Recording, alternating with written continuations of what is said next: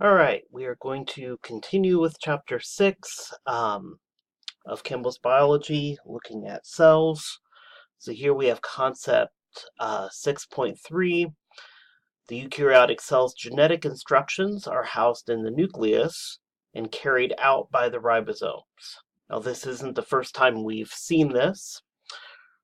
Um, so recall that the nucleus contains most of the DNA, and it's the ribosomes that actually turn that into proteins, right? So here's the overall schematic.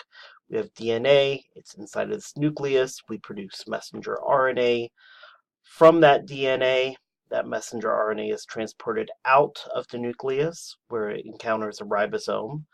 A ribosome utilizes that source of information to put together a polypeptide, which may become a protein, building it from individual amino acids.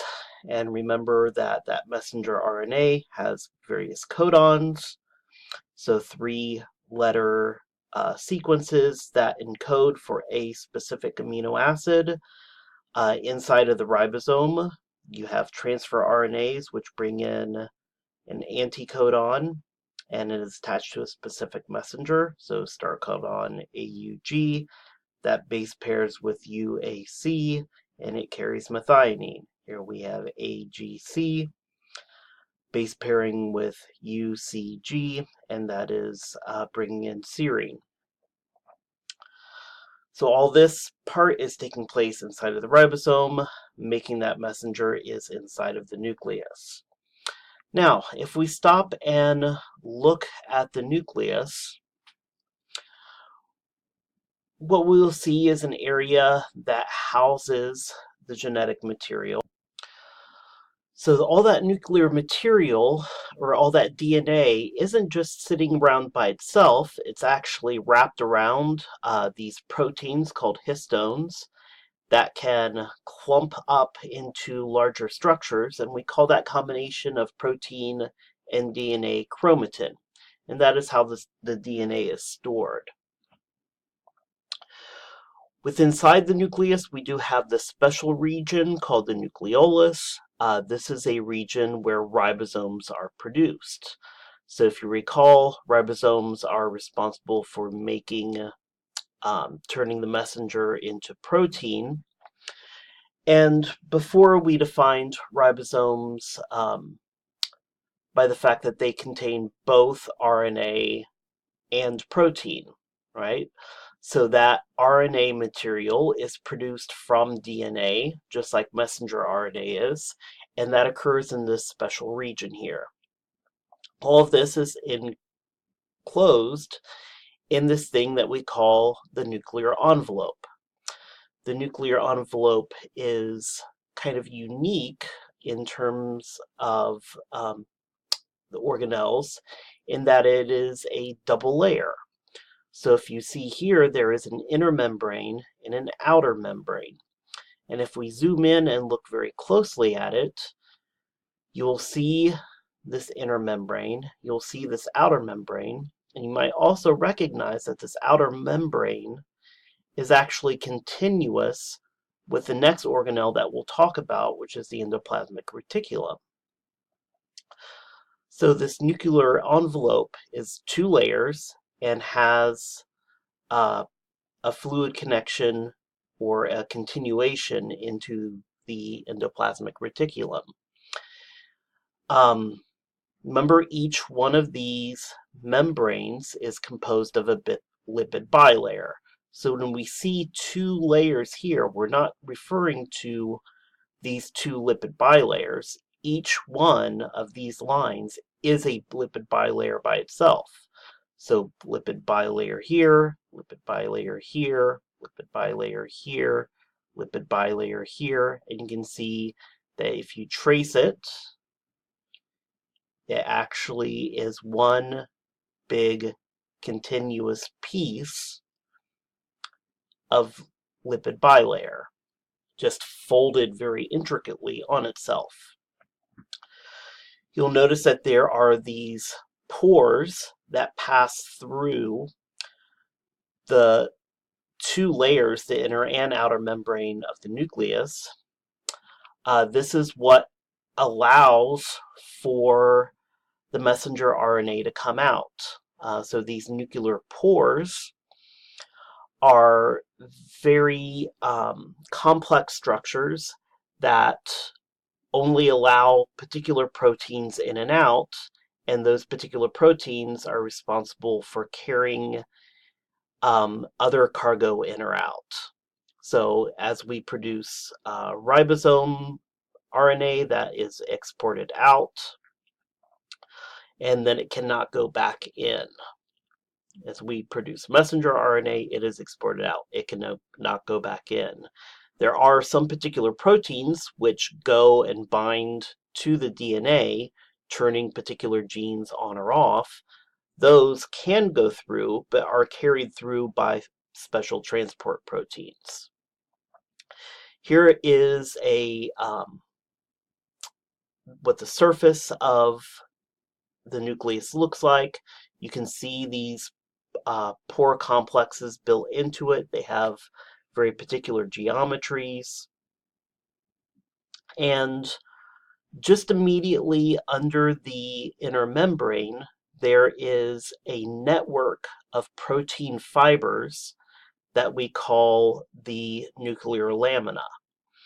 And remember, a membrane is nothing more than a droplet of oil. If you shake it up and down, it's going to fall apart. Why don't we fall apart? Well, it's because we have proteins, this netting of proteins that underlie the whole thing and give it rigidity.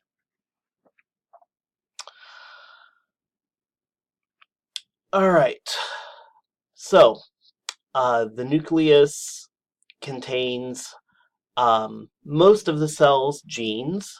There are a few pieces of genetic material that are hidden elsewhere. We'll talk about that later.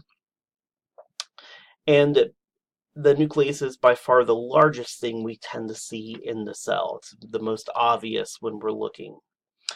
That nuclear envelope separates the inside from the outside, and it is a double layer of membrane.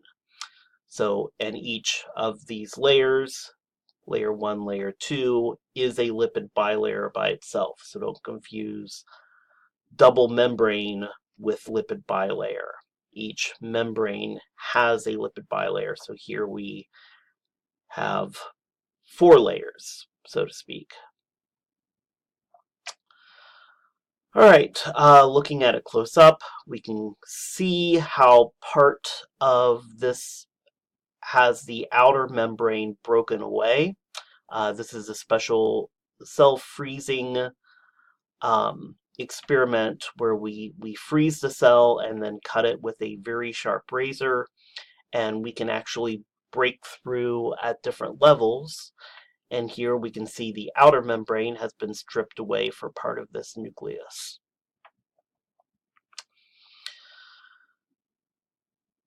We've got all these nuclear pore complexes that are restricting things moving in and out.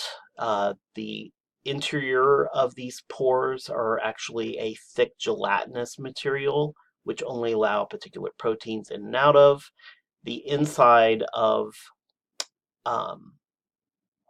the nucleus, underneath the inner membrane, we have this nuclear lamina, which is made out of something called intermediate filaments, which is a type of cytoskeletal protein.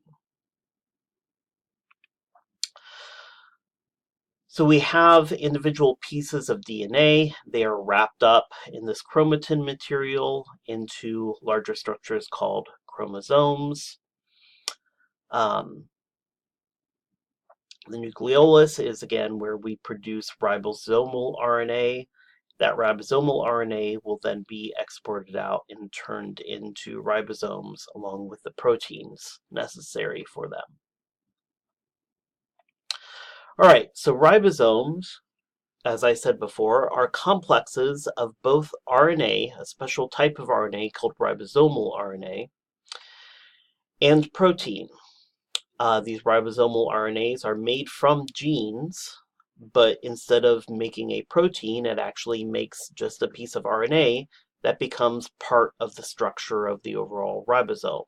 There are other genes which produce messenger RNA, which then is turned into various proteins that are also included in this complex. So it's a very large, complex structure. We have ribosomes in two locations. We have some that are just floating around in the cytosol, and then we have more which are attached to the outside of the endoplasmic reticulum, okay, which again is continuous with the nuclear envelope. So here we can see that endoplasmic reticulum, which is extending out. On the surface, we have these little studded looking things. These are ribosomes. We also have ribosomes just floating around. Ribosomes, when you look at them close up, are made out of RNA genetic material or nucleic acids, but also proteins too. So part of the structure is made out of RNA, part of the structure is made out of protein. This goes serves as a demonstration that it's not only proteins that can serve as enzymes, sometimes RNA can serve as enzymes. These structures here have a large subunit and a small subunit. The messenger piece of RNA sits in between the two. And again, we see them either free or attached to the endoplasmic reticulum. All right, so eukaryotic cells' genetic instructions are housed in the nucleus and carried out by the ribosome. So here's that genetic material. That genetic material is inside of this double membrane structure, which is continuous with the rough ER. Messenger RNAs produced from this genetic material are passed out through these nuclear pores into the cytoplasm, where they meet up with a ribosome. That ribosome is either free or attached to this section of the endoplasmic reticulum. Those ribosomes are made out of RNA themselves and protein. That special ribosomal RNA is produced in this nucleolus and is transported out along with the messenger RNAs.